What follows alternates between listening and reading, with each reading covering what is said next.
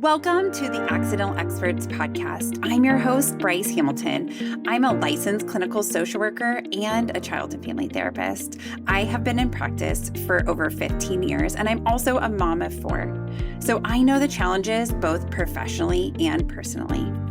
I'm so glad that you're here today to grow your parenting toolbox. Please come as you are and be ready to learn. My goal is to make you the accidental expert so that you can raise healthy humans. Hi, guys. Welcome back. I hope you enjoyed our episode last week. Today, we're going to talk about fire safety. I realized that, I don't know about you, but when was the last time you talked to a firefighter or had somebody talk to you about fire safety to make sure that your home is safe for both yourself and your kids? So I started thinking about when was the last time that most parents had some type of contact with that type of conversation. And it probably was when we were in elementary school.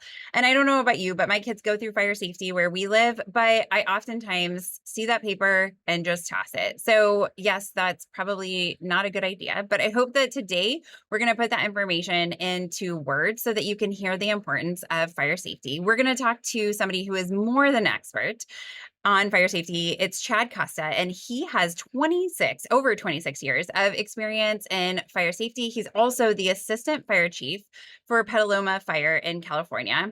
So with that, we're going to get to Chad. Welcome, Chad. We're so glad that you're here. Yeah, thank you very much for having me. I'm happy to be here. Yeah, so we're going to pick your brain about fire safety and helping to educate our kids about being safe in fires. So can we start by talking about, is it important to talk to our kids about fires? Should we do drills, those kind of things? Help me to know what we should be doing with our kids. Yeah, great question. And before I answer it, as a firefighter, and I think I can speak for most, if not all, the toughest calls and the things that affect us the most generally revolve around calls regarding kids. And certainly when you have your own kids, that gets elevated. So for me, this topic of fire safety and why I'm excited to jump on with you today and just share some thoughts and share some insight is because it is so important, to protect our young ones. And so to answer your question, yes, it is super important. And I could talk a little bit about why. I have a 17-year-old son, a 13-year-old daughter. So they're spending more time home alone, I would say, than obviously when they were younger. And it's that's a leap of faith, right? It's a little challenging sometimes to leave your kids at home, because as a firefighter or someone that's been doing this for 26 years, I definitely reflect back on some of those horror stories and some of those things that I've had to witness and deal with over the years. So spending time with your kids at a young age and continuing to do it on a semi-regular basis is super important. Not only when you're home, obviously, what happens when you're not at home? I've walked in my daughter's room and said, okay, there's a fire and it's downstairs and we have a 2-story house, and how are you going to get out? What are you thinking? And I don't drill her about it. I just have a conversation, and it's tough, kids, they want to make a joke out of it and laugh, but it's like, hey, this is serious. How are you going to get out? You go to get out of your room and it's smoking and hot. And so you close the door. Now what? Are you going to be able to open? And we talk about going out windows, and we'll talk a little bit more about later, but are you going to be able to open that sliding window? And then once you do, how are you going to get out of that window? And so it's super important to have fire drills. It's super important to have them on a semi-regular basis. And really, the reason is because under stress, the way our brains work, we forget. We don't think very well on the fly. What we do is we fall back to our training. We fall back to how we were raised or what people told us or what we practiced. We just naturally do that. And so the more that we train and the more that we talk about these fire drills and how we're going to get out of our homes and more than one way to get out and how to do that and the routes and where to go and where to be and who to call, you'll find some pretty, you can you can find some pretty cool stories. It just takes a Google search to hear about young men and women that kids that just do some heroic things. Mhm. Whether it's saving their family members from a fire, whether it's getting out of a fire, whether it's calling 911 when someone collapses, at the mall or somewhere else. Kids constantly these days are doing amazing things and saving lives, and it all comes back to the training that they had and the experiences that they had either in school or with their home environment. So I can't stress enough how important it is for us to have safety awareness in our homes and talk about these fire drills and talk about getting our children out of the house. Yeah. So how often should we be practicing it? You said semi-regularly. Like as a mom, I'm like, okay, so I need to schedule that. So like Mhm. what's the time frame? Like when should I do that? Yeah, I mean, ultimately, like, there's not a book answer for that. I think it depends on the age of your child. Hmm. As children, like, I have a 17-year-old son. I don't think he needs it monthly. You Sure. know, I think the more frequency should increase at a younger age just to drive that home, and then hopefully that can be reduced. I would think that it would be smart to at least do it once or twice a year. Um, and sure, could you do it more? Yes, but we all have busy lives. Yeah. We can always do things more. It doesn't hurt. Of course, the regulatory side of me is going to say do it as much as you can. Hmm. But realistically, what is kind of neat is to try to tie it into something else that you're doing fire safety. So what we try to talk about is the spring forward, fall back kind of time frames where you're dealing with moving the clocks forward an hour or rewinding them an hour. We really try to push for that to be the time that you change smoke detector batteries or CO detector batteries to ensure that those batteries and those detectors are working in your homes. Um, what if we tied this drill to that, so twice a year, while we're checking our smoke detectors and CO detectors and replacing batteries, we do a quick family discussion and go through a fire drill. Tie it to something that is consistent, and otherwise, unless you're really good with Outlook and you schedule something in your calendar, it's easy to forget about. So Sure. that'd be Absolutely. my suggestion, is just to tie it to your spring forward, fall back times. Yeah, that's a great idea. So is it important to have a family meeting place and or do you have tips for creating fire escape plans? Yeah, absolutely. When I talked a little bit earlier about, what's the word I'm looking for? Yeah, the effects that these calls have on us when we're dealing with kids, I have to reflect back to incidents, and some positive, some negative. And so when you ask me this question about a meeting place, I'll share with you some thoughts or some experiences that I've had. Um, Imagine being in a fire station with your team of firefighters sitting around the table, enjoying a lunch or whatever. A structure fire call comes in and your adrenaline's up, you're rushing to the rig, you're trying to get your stuff on as fast as you can. We all know fires start small. The quicker we get there, the least damage that'll occur. Also know the quicker we get there, the better chances of survivability rate of anybody in the house. Um, Imagine you're getting into the rig and you're driving to this call. The notes are coming in, stress is getting higher, multiple callers, people saying there's definitely a fire. You see it, maybe you see a column of smoke out ahead of you, and then you see a note that's someone's trapped in the house. That just elevates everything to a whole nother level. And then you see a note that it's a child in the house, or the same kind of scenario, they say they think everybody's out. Those are pretty common things that occur. Less common that someone's inside, but that does happen. And it's very common for us to get a note saying that they believe everybody's out. Okay. So now you read that on your computer or your laptop or your iPad, whatever you're using, or dispatch tells you that over the radio, and you pull up to this house. There's fire coming out a window, and you have this note saying that everybody's out. Well, I can share with you from a fire department perspective, that note or that comment by the dispatcher or whatever we were told is taken into account, but it's never taken with 100% surety that it's actually true. So our job when we get there, everybody says, oh, your job is to put out the fire. Well, what's our real priority? Our real priority, our highest priority, and the most important thing we do is ensure everybody's safe.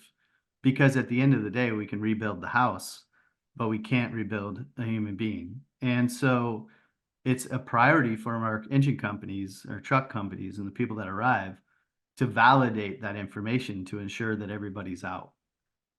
And how do we do that? Well, we have to physically see them. We have to know that they're actually out of the house. Otherwise, we're going into that house with the assumption that that note or that comment was inaccurate. So that is why, in a long-winded way, that is why it's so important for us to have a family meeting place. That is why it's so important for that meeting place to be somewhere out front of the home, somewhere out in front or near the front of the residence. So when that fire engine pulls up, somebody can say, hey, I'm mom, I'm dad, I'm uncle, I'm grandma, whatever it is, brother, sister, and here's everybody, we're all out. Once that occurs, once the fire department knows that everybody's out and accounted for, they still aggressively attack the fire with that mindset that there could be somebody in there that you weren't aware of. That's possible. I can't tell you how many stories of where we were told everybody's out, but then a neighbor went in to get a dog or something that they didn't know about. So we still aggressively attack the fire and search the building to ensure everybody's out and safe.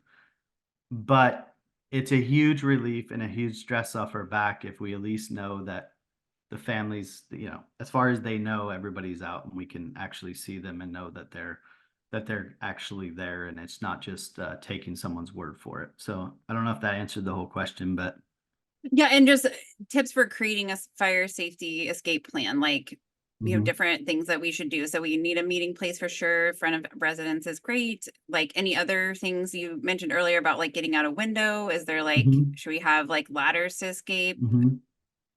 Yeah, and so essentially there's books for this one, but it really just depends on your house, right? So every house is going to be different. I say that, I mean, houses are generally 1, 2, 3 stories, but my point is that it could be the configuration of your house, where the bedrooms are, all that can dictate a little bit of change in your accomplishment of a escape routes and a plan. But ultimately, we really want to drive home is that don't just have one route out of your house. And that's something that I remind people all the time. And this is not just with home fire safety. This is when you go into watch a movie in a movie theater, or you go to a restaurant. I do this. I think a lot of first responders do this, but really take a moment to think about another way out, not just the main way that you came in, because I can tell you under stress and dark conditions and smoky conditions, everybody's going to do what they normally do, which is go down the stairs if it's a 2-story house, or down the hallway if it's one, and try to exit out the front door of the house. That's what we do every day, multiple times a day. And that's what we're going to do when we're stressed out and we're scared. The reality is that we have to be prepared for is that simple, easy way out of the house is maybe not an option. And maybe there's a fire in the kitchen or something that's blocking your way to get down those stairs or down that hallway and out that front door. So super important for us to think about 2 ways from every point of the house. So every bedroom, think about 2 ways out. And so what I tell my family is, obviously there's front door, there's back door on the first door of the house. If you can get out, that's the fastest way. Get out as quick as you can and go to the meeting place.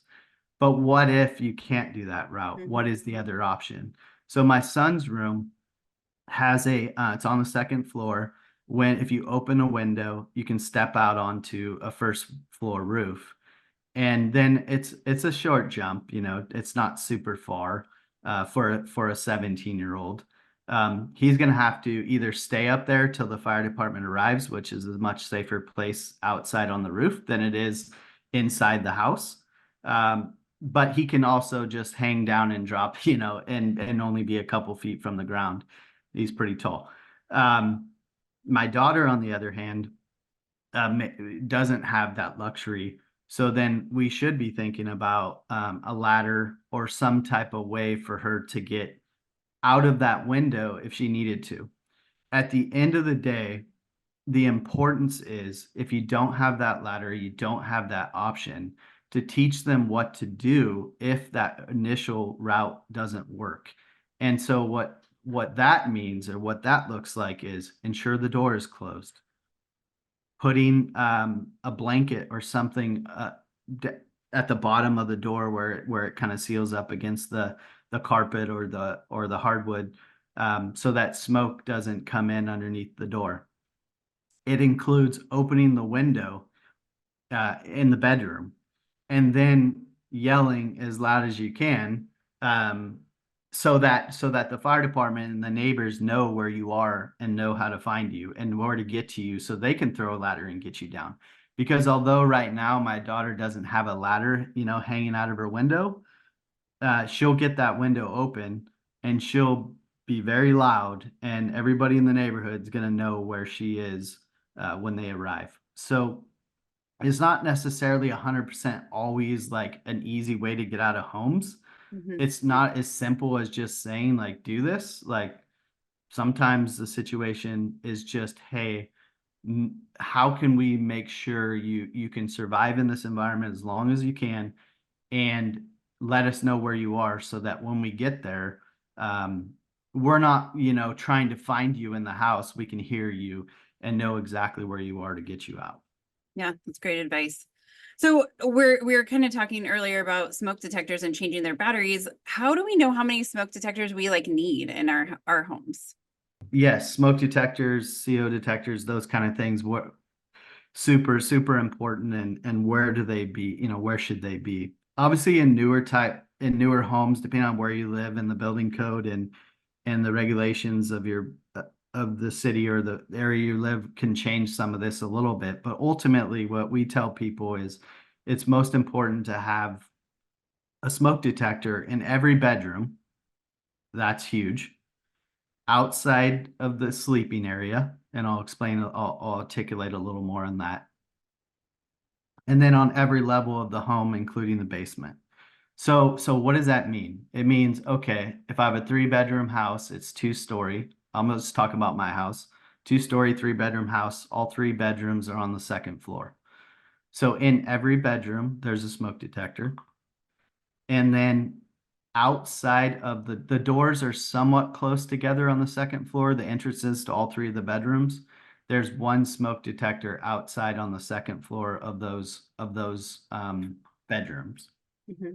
Sometimes bedrooms can be on different ends of the house, so you would want to have maybe 2 or 3 smoke detectors on the second floor in that scenario, but definitely somewhere outside the front doors of the sleeping areas. And then on every floor. So in my house, I have a couple on the first floor, one on the second floor outside the bedroom entrances, and then one in each bedroom, a total of 5. I count that right? Maybe total 6 total. But that's what we say: one in every bedroom, one outside the living area, one on each floor. And don't forget about your basements, and don't forget about detached garages. That's another one. Like, one in your garage is a good idea, but detached garages come up a lot. There's a lot of houses that have those, a garage that's not attached to your house. Super smart to have one in there, because many times we get a lot of fires in detached garages from all the reasons that what's inside of them. And how are you going to know that there's a fire in your detached garage? You just don't, right? Until it's a big deal. So that giving that smoke alarm might wake you up. It might notice, a neighbor might hear it or something, so that it doesn't become a bigger issue and then spread to the house, as the fire grows. Yeah. And so then how about CO detectors? What I Yeah. guess, can you say like why we need those, what they do, and then how many we should have? Yeah, absolutely. What we recommend is a carbon monoxide or CO detector should be installed at each level of the home, including basements. So what is CO? CO is a colorless, odorless gas that's a byproduct of incomplete combustion. That's the book answer. And essentially, what that means is in your home, if you have gas ranges, if you have a water heater that uses gas, if you have anything that's got a burning flame with gas, what can happen is that it can be faulty, and the burning flame or whatever it's using to heat whatever um, becomes not a clean burn. And so a byproduct can be CO, which can kill you, and does kill a lot of people in the United States. Um, and essentially, you can't smell it, you can't see it, you don't necessarily know it's even there, Hmm. and then all of a sudden you go to sleep. Typically speaking, when CO gets high inside a closed space, you'll start to notice headaches. There's things that you start to feel, but you might disregard that headache as allergies. You might disregard that as a cold. You might just be like, oh, it's nothing. And then you go to sleep, and if you're exposed to this stuff for a longer period of time, multiple hours and sleeping like most of us do, it can be fatal. And it is fatal. So have one on every floor of your home. Definitely have one in your basements if you have one. Typically, CO it sinks. It's heavier than air. So many times, your first floor will alarm first. If that makes sense. Um, you know, CO detectors, when they're working properly, they have a certain, they have a sniffer inside there, and it's got to be so strong for it to go off, which they're set at a pretty low level so that we are aware of it before it becomes a major issue. Um, but they're super important, especially if you have any gas ranges or anything inside your home, and they should be on every level. And they should have we should change out batteries in them if they're the battery type. And if they're not the battery type, we should switch them out.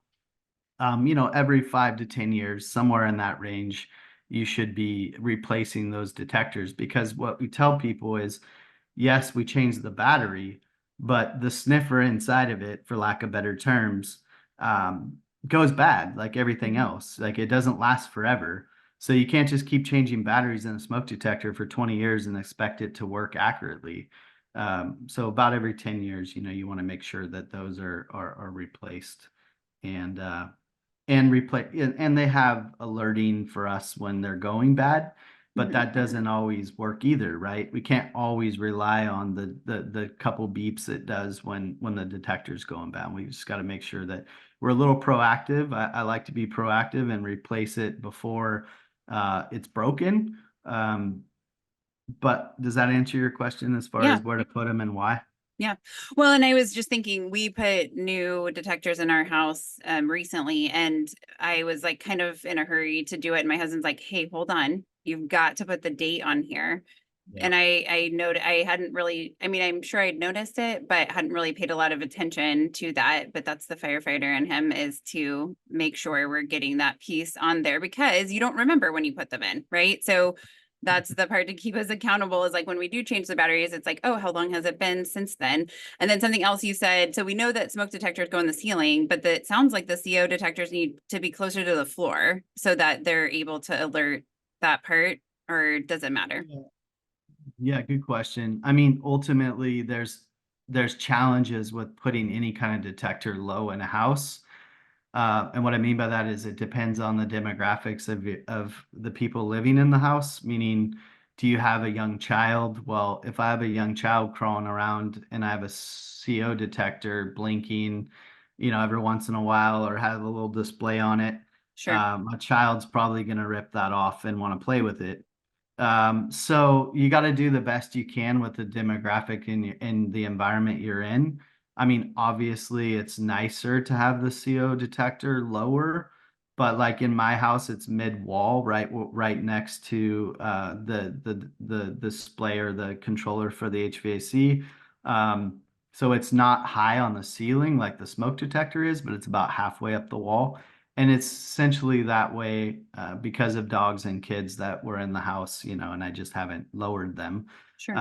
So yeah, I mean, yes, the goal is to try to get it low, but I would never tell somebody you have to have it low and then have their child, ripping it off the wall. It's like that kind of defeats the whole purpose. So Yeah, mid absolutely. wall, mid wall or something out of the reach of anything you're worried about is definitely, you're definitely going to be fine and better than having it up on the ceiling next to the smoke detector. Yeah. Okay. Is there anything else that you feel like families should know about getting out of the house, or carbon monoxide or smoke detectors or fire safety? No, I mean, I super appreciate the opportunity. And nothing makes a firefighter feel better than hearing a story about, like we do 7th grade CPR every year for every 7th grader in our city.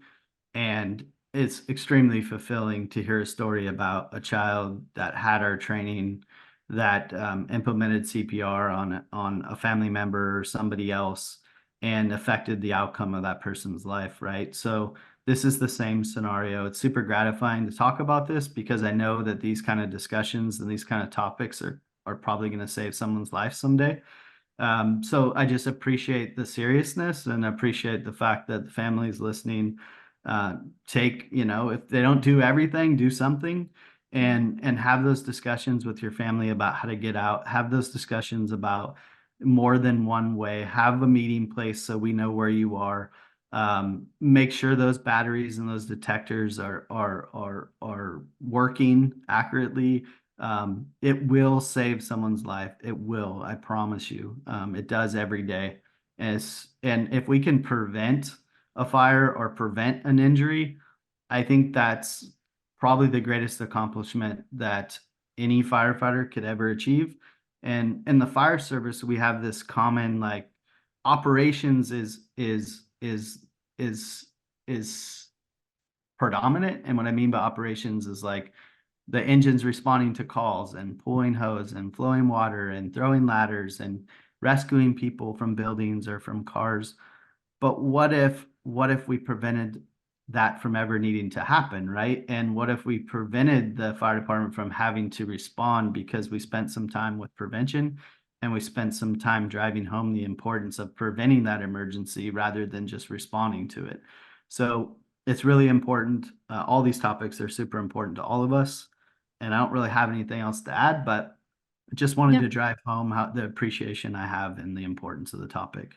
Well, thank you so much for your time. We love it. Thank you for all the advice, and I know the families will appreciate it. Thanks, Yeah, Chad. anytime. Thanks again, Chad. That was all really great information. I don't know about you, but I am ready to go back to my house and make sure that everything is safe and my kids know exactly how to get out. I think I have some plans for this coming week to make sure that we're all in compliance with fire safety. If you guys like what we're doing, please rate and subscribe to our show and follow us on Instagram and Facebook and YouTube. If you have any suggestions or comments for our show, please email us at accidentalexperts@gmail.com. Looking forward to seeing you next week. Have a fantastic day. Some words from our legal team. The information presented in this podcast is not intended or implied to be a substitute for appropriate professional advice, diagnosis, or treatment. All content, including text, graphics, images, and information contained on or available through this podcast, is for general information purposes only. This podcast makes no representations and assumes no responsibility for the accuracy or information on or available through this podcast, and such information is subject to change without notice. You are encouraged to confirm any information obtained through this program with other sources and review all information regarding any condition or treatment with the appropriate professionals. What we're saying is, yes, I am a real therapist, but I'm not your therapist.